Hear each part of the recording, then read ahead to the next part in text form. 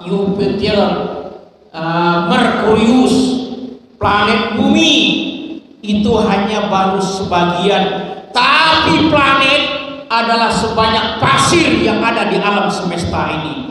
Dikumpulkan pasir yang ada di Padang, pasir yang ada di Medan, pasir yang ada di Aceh, pasir yang ada di Bali, pasir yang ada di Hawaii, seluruhnya dikumpulkan. Itu adalah jumlah planet yang sudah diciptakan oleh Allah Subhanahu wa taala. Maka pantas kita berkata, Rabbana ma khalaqta hadza batila subhanaka faqina adzabannar. Ya Allah ya Rabb, ya Allah ya Rabb, betapa maha besarnya Engkau, betapa maha kuasanya Engkau, sudah menciptakan langit, sudah menciptakan bumi, sudah menciptakan manusia. Sekarang ternyata planet-planet yang sudah diciptakan oleh Allah sebanyak pasir yang ada di alam semesta ini. Jadi ibu kita tinggal di bumi sekarang ini itu satu butir pasir. Bulan, planet, satu butir pasir. Merkurius, planet, satu butir pasir. Begitu maha besarnya Allah, begitu maha agungnya Allah, begitu kayanya Allah Subhanahu wa ta'ala. Maka dari itu orang-orang yang masuk ke dalam surga, subhanallah, kenikmatannya tidak bisa dibayangkan dengan ilusi manusia. Belum pernah terdengar oleh kepala manusia, mata kepala manusia, belum pernah terdengar oleh kuping manusia. Begitu besarnya nikmat surga. Lalu Allah Subhanahu wa taala melanjutkan, hum wa azwaj. Mereka di alam surga itu nanti mempunyai azwaj. Azwaj itu artinya jamak dari zaujun, zaujani, azwaj. Artinya suami-suami. Kalau seandainya istri, zaujatun, zaujatani, zaujat. Nah, Quran berbicara hum wa azwajuhum. Mereka nanti di alam surga mempunyai suami. Nah, dikala itu ketika ayat ini turun ditanyakan oleh para sahabat kepada Rasulullah, ya Rasulullah, berapa nanti suami-suaminya orang yang berada di alam surga? Berapa nanti istrinya orang-orang yang masuk ke dalam surga?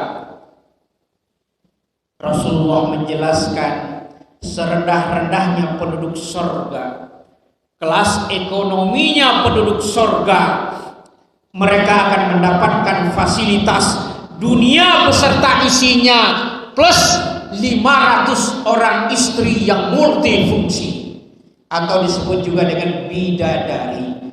Jadi Pak, biko minimal Pak biniawa ko disarugo 500 orang. Ibu, kalau ibu suaminya biko 500 orang, itu minimal. Kalau yang 500 tuh Bu, nanyo jarang mendengar pengajian. Kalau sembahyang sekedar sembahyang, puasa sedang puasa. Tidak pernah sembahyang duha, tidak pernah sembahyang tahajud, tidak pernah mendengarkan pengajian. Tapi kalau seandainya ibu-ibu ini subhanallah mendengarkan pengajian begini Bu, pahalanya subhanallah julusuka fi majlisil ilmi sa'atan. Engkau duduk mendengarkan ceramah hanya 7 menit. Oh Pak Pengurus, barang ini ya ceramah Pak Pengurus? Bisa mendengarkan ceramah 7 menit, pahalanya sama seperti engkau sholat sunnah sebanyak 1000 rakaat. Jadi kalau seandainya orang di masjid kita ini ada taklim, ada dakwah, malas datang ke masjid, itu sungguh sangat rugi. Duduk aja butuh ada pahala tuh 1000 rakaat salat sunnah. Wa nasruka ila wajhil alim khairun min an tasaddaqta bi alfin farasin fi sabilillah. Engkau lihat, engkau perhatikan siapa yang berceramah. itu pahalanya seperti orang yang bersedekah sebanyak 1000 ekor kuda di jalan Allah Subhanahu wa ta'ala. Kuda itu bu kendaraan paling mahal di zaman Rasulullah. Sekarang ini kendaraan ada mobil, ada motor, ada pesawat dan lain sebagainya. Di zaman Rasulullah kendaraan itu keledai, onta, dan kuda. Kuda adalah kendaraan yang paling mahal. Jadi andai kata Rasulullah sekarang ini hidup di mana Pak namanya? Di Kota Padang, mungkin redaksinya hanya dirubah. Kini kendaraan yang paling mahal itu mobil cross, harganya 250 miliar. Jadi kalau seandainya sabda Rasulullah ini diartikan dan diterjemahkan, kalau seandainya wa nasruka ila wajhil alim, engkau lihat, engkau perhatikan orang yang berceramah, pahalanya khairun min an tasaddaqta bi alfin cross fi sabilillah. Itu baru pahala dulu, pahala mendengarkan, belum lagi pahala berjamaah. Kemudian pahala sholat berjamaah. Nah ibu-ibu ini kalau bisa sholat berjamaah. Baik Rabi jemaah itu Pak Pengurus. Karena hujan kali ya Pak ya, agak kosong.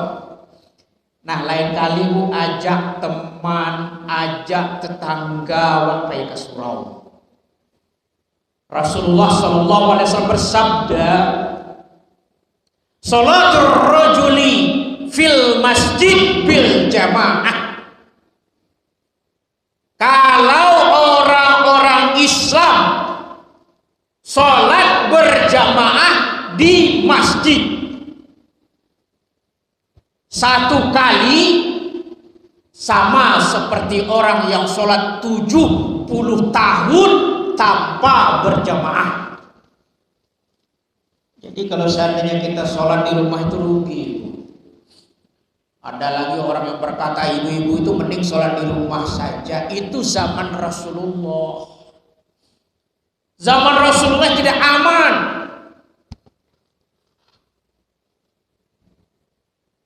Kalau ibu-ibu keluar di zaman Rasulullah banyak begal, banyak orang yang memperkosa. Ini ada ibu udah keluar dari rumah ada mau perkosa ibu. Hah? Ada nak mau bunuh ibu udah. Ada kan? Kalau zaman Rasulullah itu wanita-wanita itu banyak yang mau dibunuh, dikucilkan, bahkan anaknya lahir kalau wanita itu dikubur hidup-hidup. Makanya zaman Rasulullah dianjurkan wanita sudah sholat di rumah saja. Karena waktu itu tidak aman. Ya Pak? Tidak aman. Kalau gini, ibu kasambayang di Bukit Tinggi bisa. Kasambayang di Pangkal Sinanya tak ada melarang, tak ada nak mengadu. Maka dari itu, para jemaah dan para pendengar dimanapun saja berada, hendaklah penuhi masjid. Rugi, sungguh sangat rugi kalau seandainya kita tidak sholat berjamaah di masjid. Di dalam kitab Durratun Nasihin disebutkan sholatul rajuli fil masjid bil jamaah. Orang-orang Islam yang sholat di masjid dengan berjamaah satu kali nih Pak Pengurus, sama seperti orang sholat selama 70 tahun. Coba bayangkan. Jadi kalau Bapak sembahyang di rumah 70 tahun, sekali sembahyang berjamaah di masjid itu pahalanya sama. Nah Rasulullah itu sangat menganjurkan kita sholat berjamaah. Bahkan Rasulullah kalau seandainya ada umat Islam yang tidak mau berjamaah, aku bakar rumahnya. Itu ada lagi sabda Rasulullah. Cuman kita nggak usah rumahnya dibakar, kita mencari pahala di sisi Allah Subhanahu wa Ta'ala. Kita lanjutkan pengajian kita. Hum wa azwaj, mereka mempunyai istri-istri di alam surga minimal 500 orang yang disebut dengan bidadari. Bidadari itu adalah makhluk yang sudah dimodifikasi oleh Allah Subhanahu wa taala sebagai wanita yang anytime, anywhere, any many already stand by 24 hour is nothing impossible, it's paradise, kata orang. Tubuhnya bidadari, kecantikannya bidadari, semua sudah diciptakan oleh Allah khusus untuk orang-orang yang masuk ke dalam surga. Cantiknya bidadari itu tidak bisa dibayangkan dengan ilusi manusia. Alisnya bersebut rang-rang berbaris, mukanya oval, wajahnya kuning kemerah-merahan bagaikan tomat mengkal, bibirnya merekah laksana delima dibelah empat. Kata Rasulullah, andai kata bidadari itu diberikan izin oleh Allah untuk menampakkan hanya sekedar senyum, baru senyum loh, belum tangannya, belum tubuhnya, belum apanya, hanya sekedar senyum, maka dunia yang gelap gulita akan terang benderang dengan senyumnya bidadari dari Sabang sampai Merauke, dari Miangas sampai ke Pulau Rote. Bahkan dunia ini akan terang benderang dengan senyumnya bidadari. Itu baru senyumnya. Bahkan ada lagi di kala itu para sahabat, ya Rasul, bagaimana nanti keadaan kita di dalam surga? Allah Subhanahu wa taala menjelaskan, lahum fiha fakihatu, dia di dalam surga akan mendapatkan buah-buahan. Nah, Bu, kita akan mendapatkan buah-buahan. Kalau kini awak nggak dapat buah, kemana dulu Pak Ibu? Hah? Ke pasar dulu yuk. Sampai di pasar dulu dapat buah nih. Harus majan binti dulu, ya kan? Tapi Biko kalau di surga, kalau seandainya kita ingin, ya Allah, saya ingin apa Bu? Kira-kira buah lama apa Bu? Hah? Apa? Anggur. Apa? Rambutan maksudnya Pak? Ayo, awak ingin apel. Kalau di dunia mau anggur, mau apel, mau durian, pergi ke pasar. Sampai di pasar tawar menawar dulu. Tapi nanti di alam surga kata Allah Subhanahu wa taala, lahum fiha faqihatun, mereka akan mendapatkan buah-buahan. Yang buah-buahan itu hanya tinggal bicara. Oh, saya ingin rambutan. Baru terwujud di dalam otak kita, saya ingin rambutan. Rambutan datang dengan sendirinya, akarnya ke atas, buahnya ke bawah. Oh, saya ingin anggur, anggur datang sendiri, buahnya ke bawah, akarnya ke atas. Oh, saya ingin durian, buahnya ke bawah, sudah langsung terbuka, tinggal makan. Sampah-sampahnya hilang dengan sendirinya. Oh, terlalu banyak makan, apakah sakit perut kita? Tidak. Apakah kita buang air? Tidak. Nanti di alam surga tidak ada lagi orang yang buang air. Di alam surga tidak ada lagi orang tidur.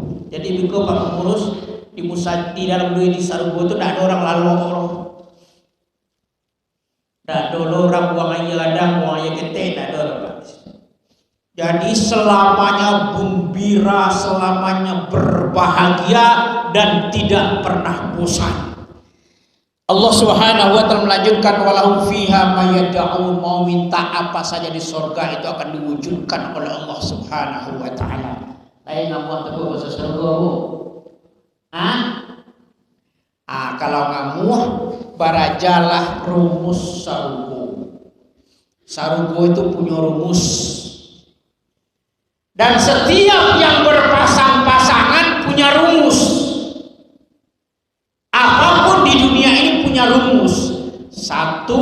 ditambah 1 2. Nah itu kamasan itu di Kota Gadang cie tambah cie 2. Di Bukit Tinggi cie tambah cie 2. Itu rumus. 5 kali 5 25. Dima senawa tetap itu rumus. Adolo rumus nan dikaji di dalam kitab kuning tapi makruh. Itu rumus main catur. Pak Pengurus itu di dalam kitab kuning itu dibahas Pak Pengurus. Rumus main catur. Rumus main catur itu kudo jalannya letter L. Raja jalannya kanan 1 langkah, kiri 1 langkah, ke belakang 1 langkah. Kenapa itu catur dibahas? Karena organisasi catur itu sangat bagus kalau diterapkan di masjid ini. Seharusnya ketua masjid jalannya hanya 1 langkah ke depan, 1 langkah ke kiri, 1 langkah ke kanan. Yang banyak bergerak itu stair atau namanya itu sekretaris. Jadi ada bidang-bidangnya masing-masing, makanya itu ilmu catur dibahas di dalam kitab kuning karena ilmu organisasi yang paling bagus. Ilmu membangun masjid ini gunakan juga ilmu catur. Alhamdulillah ya Pak Pengurus ya. Ada bidangnya masing-masing. Lalu apa Ustaz rumusnya sorga? Nah ini yang perlu kita pahami. Sorga juga punya rumus. Rumusnya sorga apa Ustaz? Tersebut di dalam surat Al-Zilzalah, iza zulzilatil ardu zilzalaha wa akhrajatil ardu athqalaha. Dan sampai akhir faman ya'mal mithqala dzarratin khairan yarah wa man ya'mal mithqala dzarratin syarran yarah. Rumusnya surga, pahala ditimbang dengan dosa. Nah itu rumusnya surga. Kalau seandainya pahala yang berat, maka tempatnya di alam surga. Kalau dosa yang berat, maka tempatnya di alam api neraka. Dalam hadis yang panjang, ayat Allah ini dijelaskan oleh Rasulullah. Ada cerita saja ya. Ketika manusia berbaris di alam padang mahsyar, dipanggillah manusia satu demi satu menghadap mahkamah Allah. Manusia berbaris di alam padang mahsyar itu selama 50 tahun tanpa baju, tanpa busana, tanpa sendal. Matahari berada sejengkal di atas kepala kita. Sekelompok manusia datang dan mengajukan usul, hai Nabi Adam, ada apa? Tolonglah berdoa Nabi Adam kepada Allah agar dibuka pengadilan alam pada mahsyar. Nabi Adam menjawab, saya malu minta tolong kepada Allah karena saya pernah melakukan satu dosa. Mintalah kepada Nabi Nuh alaihissalam. Sekelompok orang ini datang kepada Nabi Nuh. Nuh, ada apa? Tolonglah Nuh berdoa, Nuh. Tolonglah berdoa kepada Allah agar dibuka pengadilan alam pada mahsyar. Nabi Nuh menjawab, aku malu mohon kepada Allah. Anakku sendiri, istriku sendiri sudah aku dakwahi selama 950 tahun, tapi dia tidak mau beriman kepada Allah. Aku malu mohon kepada Allah. Mintalah kepada Nabi Ibrahim. Nabi Ibrahim menjawab, aku malu selama hidup aku pernah berbohong 3 kali. Ibu barang beruntung sekali ibu. Sehari berapa kali beruntung? Nabi Ibrahim 3 kali berbohong dan dia malu untuk berdoa kepada Allah. Mintalah kepada Nabi Isa alaihissalam. sekelompok manusia ini datanglah kepada Nabi Isa. Hai Nabi Isa, engkau adalah makhluk Allah yang sangat mulia, diciptakan begitu hebat, dinamakan Roh Kudus. Mohonlah kepada Allah, berdoalah kepada Allah. Ternyata Nabi Isa ini menjawab, aku malu mohon kepada Allah, aku ini Nabi, aku ini Rasul, tapi umatku menobatkan aku sebagai Tuhan.